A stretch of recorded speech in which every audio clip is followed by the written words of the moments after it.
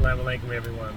So, very important subject I want to talk about today, and it involves our youth, especially in the West, and Islam and doubts, and what can we do as parents, as adults, and the advice for youth. What can we do? What can they do in order to get these doubts out of their mind? First, we have to look at the parents, right? How is the relationship with the kids? It's very important that the kids have a trustworthy relationship with their parents. What I mean trustworthy is they can speak to them without feeling like they're getting judged, and they can ask them questions and learn from their parents, and the parents have to be that good example. If you're growing up and you can't talk to your parents and you have these doubts about Islam, and you feel like you can't ask them because all they're going to do is judge and all this sort of stuff, that's not going to be a healthy household. And then they're going to look for another person to talk to outside of the family. They're going to look to someone who's probably not Muslim, probably not religious at all. They're going to seek counseling from others, and who knows what kind of thoughts are being put in their head. They're going to look more to friends and stuff like this. So as parents, we really need to build that bond with your children and get them to trust you and let them open up to you without feeling judged, all right? Because you want to be that perfect example for them growing up. And especially when it comes to Islam and everything, be that good example in the household, and don't judge them and all every sort of little thing. Oh, you're going to hell, you're going to hell. Please don't do this. This only leads them further away. So get them to trust you, and you can have that communication and that talk with them, and they'll go to you for the issues instead of going to friends and social media and stuff like this. Okay, with that being established, now moving on to social media. So please watch what your kids are doing when it comes to social media and internet, video games, stuff like this. And as a youth, as a teenager, or even younger now, they're going on social media, please limit your time on these platforms. It causes lots of, okay, there could be some good elements. I'm not saying it's all bad, but you start to see all these people's lives, and they can put up whatever they want, any front that they want. They can fake it till they make it, and you really believe this is the truth of what's happening, and you start to compare yourself to them, to their lives, right? You start to think that's how you're supposed to live your life. I'm supposed to do all these things these people are doing, and that starts to be your influence, and you start to try to make those people happy instead of focusing on Allah and what we're supposed to do in this life. So you get distracted saying, oh, I need to get this car so I can take a picture of it, put it on my Instagram or my Facebook. I need to travel, and there's nothing wrong with that. But if you're doing it for the purpose of trying to show off to others, you are now putting those people higher than not only yourself but of God and all of that. And this is wrong. It leads you down the path you don't want to go down. And when we give kids access to social media and internet and all these video games and letting them do whatever they want, this raises the dopamine levels. And the dopamine is a neuron chemical in your brain. This is where we get our pleasure from. So every time you release these chemicals when it comes to video games and internet, things that give you pleasure, it gives you this high, this dopamine high that you continue to seek and get addicted to. So you're going to continue to want to get to that high again. So you're going to get addicted to these things. And every time you do it, the levels get less and less. So what that means is you're going to always try to up it even more and do something more extreme.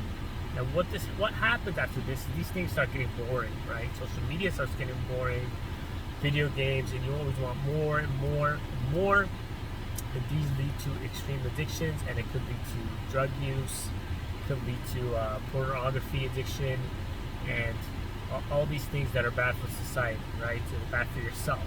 And ultimately it leads to depression because you realize these things aren't really making you happy, and if each extreme you go, you get more and more desensitized to everything, right? So to prevent all this, you limit everything. Limit the video game time, limit phone time if they have phones.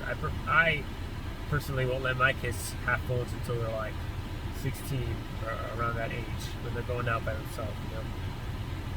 Other than that, I don't want them to be on these devices because you get hooked, right? So, but if you limit everything, they start to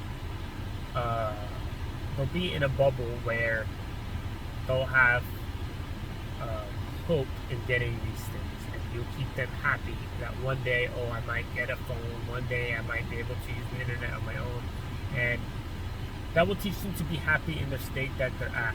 I'm happy just talking, I'm having conversations, I'm happy just doing my homework and learning. These things give me that dopamine, and worshiping my Lord and praying and reading the Quran. These things make me happy, not these video games and things you try to reach for. Okay, so you learn to be happy just pleasing your Lord, which is our purpose in our life, is to please Him. And through this, you'll have a much more peaceful life. This money, these cars, material gains will not make you happy. It will just be a temporarily dopamine high.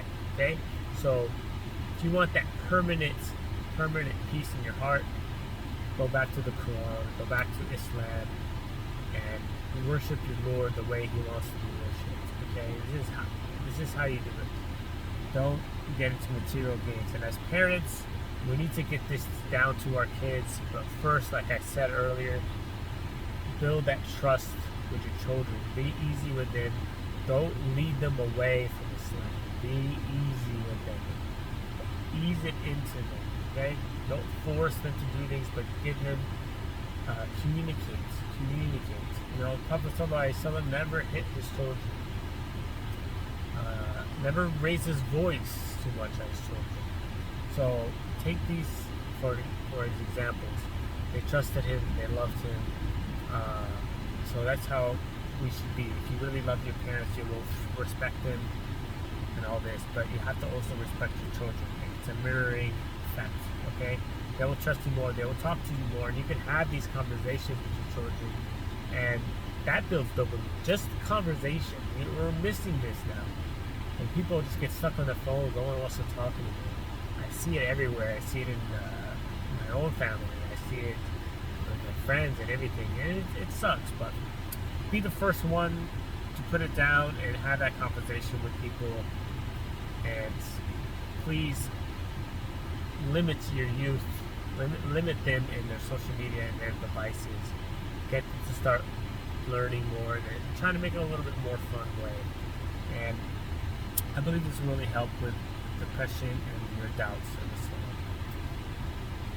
And if you do have these doubts or anything that has to do with Islam, first seek your parents. If they don't know, refer to a scholar or someone like that who can clear up these doubts for you. I'm not a scholar or anything like that, but if you do have any doubts or questions, please, you can ask me on my social media. I'll try and clear it up for you. Nowadays, there's a lot of misconceptions on the internet. There's another thing about the internet. You can look at anything and everything, and atheism and these religions and everything. You get confused, right? But there's also good things on the internet about Islam. So focus on those things and how you can learn more about Islam and build your confidence, build your iman these days. So if you need help, please ask. If you enjoy this, please subscribe and like and share the video so other people can see. Inshallah. Assalamu alaikum wa rahmatullah.